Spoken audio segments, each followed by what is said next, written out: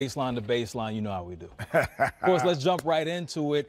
Celtics playing tonight against the New York Knicks, the oldest rivalry in It's a rivalry still? Well, in some circles, it's still considered a rivalry. So it's fun to watch. How's that? It definitely is fun to watch. Actually, you can consider it a rivalry because the Knicks beat the Celtics last time they played in Boston. So rivalry is about championships in my mind. Oh, that's all.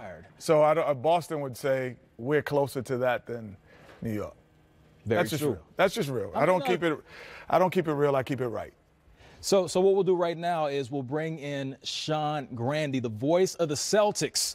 Now, Sean, number one, thank you for joining us. Welcome into Game Time. We've got to start with Kyrie Irving. Tommy Henson, he said earlier in the season that Kyrie wasn't in shape. Kyrie takes that to heart. All of a sudden, Kyrie appears to start playing better. So have you noticed a change in Kyrie's game since Tommy made that statement?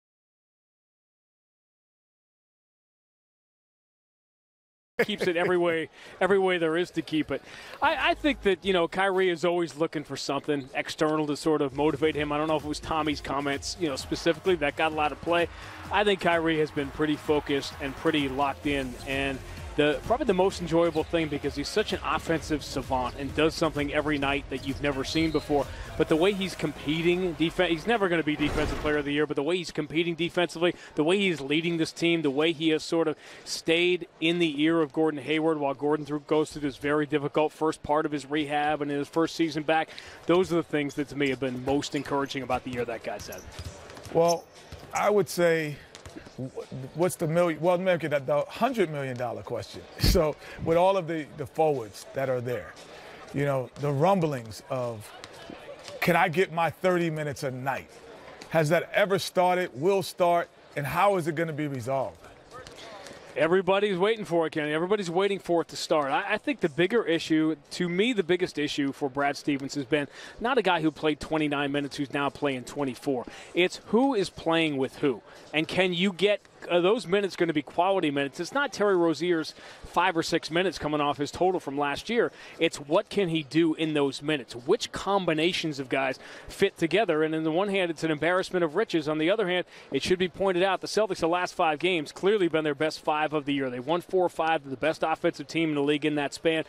You have to point out that at least one rotation player has been out for each of those 5 games. So what makes tonight particularly intriguing on TNT at the top of the hour is now, what does Brad Stevens do that everybody is back? And it's really not a question, probably more of a statement. But see, he went from 29 to 24 when he was thinking of going from 29 to 35. So it's really a 10-minute difference. So he's thinking. But Kenny, let me ask you this. Here's the thing, and this is what I say to Terry and what I say about the whole thing.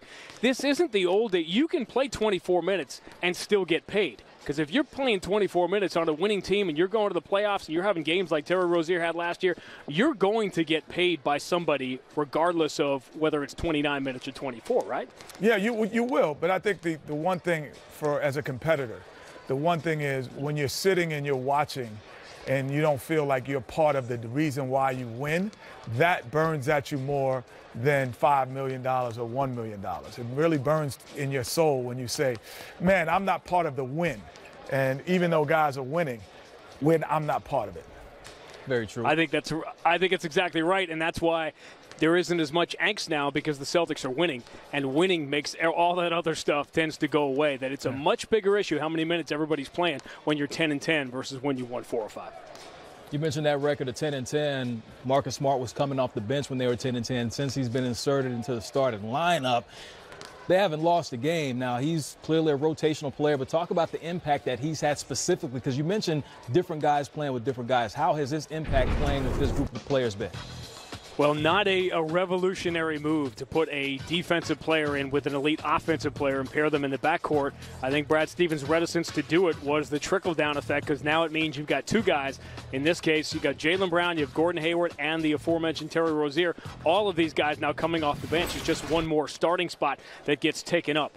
But every Celtic fan knows this, and I think, NBA fans watch the Celtics enough now, see them enough on national TV to know that when Marcus Smart is on the floor, he makes winning plays. And the more he is on the floor, the more success the Celtics are going to have. He's that kind of guy that can go 0 for 15, which on some nights he's flirted with doing, and you can still have a successful run from Marcus Smart. So it's a pairing that Kyrie is very comfortable with, that he's very happy with, and I think it's a pretty good indicator that it's going to be here for a while.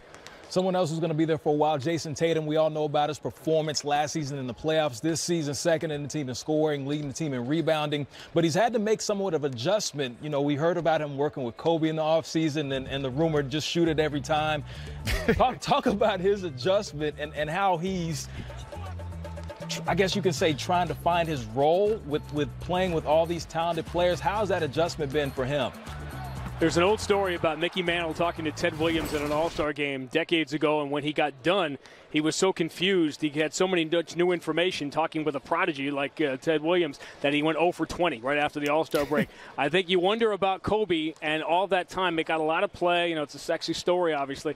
I think Jason Tatum has been shooting. It's where his shots come from, I think, that has been the issue. When Jason Tatum has struggled this year, that mid-range game, that long two, that's now, you want guys to feel like they have hot feet when they step to 19 feet, is that they have to move, go back behind the three-point line or attack. And when you see the athleticism, you see the way you can defend now or not be able to defend in the league, you realize a guy like Jason Tatum, 9 times out of 10, he should be able to get to the rim. So to me, the issue with Jason Tatum, to whatever degree there's been one, and let's remember he's still 20 years old, is that he can get to the rim a lot more. And once he gives up that 19, 20-footer, particularly early in the shot clock, you're going to see a lot of better things happen. Jaylen Brown has the tailbone injury. He will be playing tonight, correct? And what is his role going to be now as he's coming off that injury? Well, coming off the bench is what he's going to be doing. You give up your starting spot in this team, it could be a while before you get it back with all the guys playing in front of you.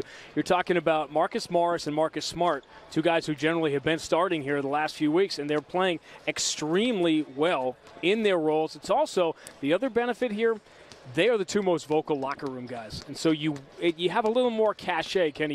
When you're starting, you have a little more cachet as a leader, particularly in that locker room. And so I think Jaylen Brown, it's about fitting in. It's about the combination of players. Who does he play with?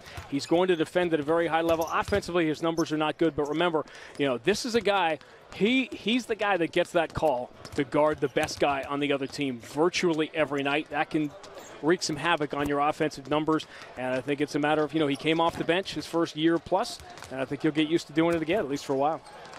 That is the voice of the Celtics that you hear, Sean Grandy. Thank you so much for joining us. We'll see you soon. Have a good game. You got it, guys. Jet. So one thing that he said, the embarrassment of riches. We know how talented this Celtics team has been on paper, was the sexy pick before the season. They're going to come out of the East. Came stumbling out the gate. It seems like they're figuring it out. Do you see that they have a solution with the lineup they're playing, especially having Smart starting now? Well, I don't know if Marcus Smart starting is the answer. I think that they still have some issues, and it's just a log at the small forward position. And with Hayward, Jaylen Brown, and Tatum, those guys particularly score in the same areas of the floor. They want to be in the same areas on the floor on the defensive end, collectively. So I think it's difficult to have 3 guys that do the same thing. And when they're effective, when they're at their best, they're actually doing the same thing. I think that's the issue. And so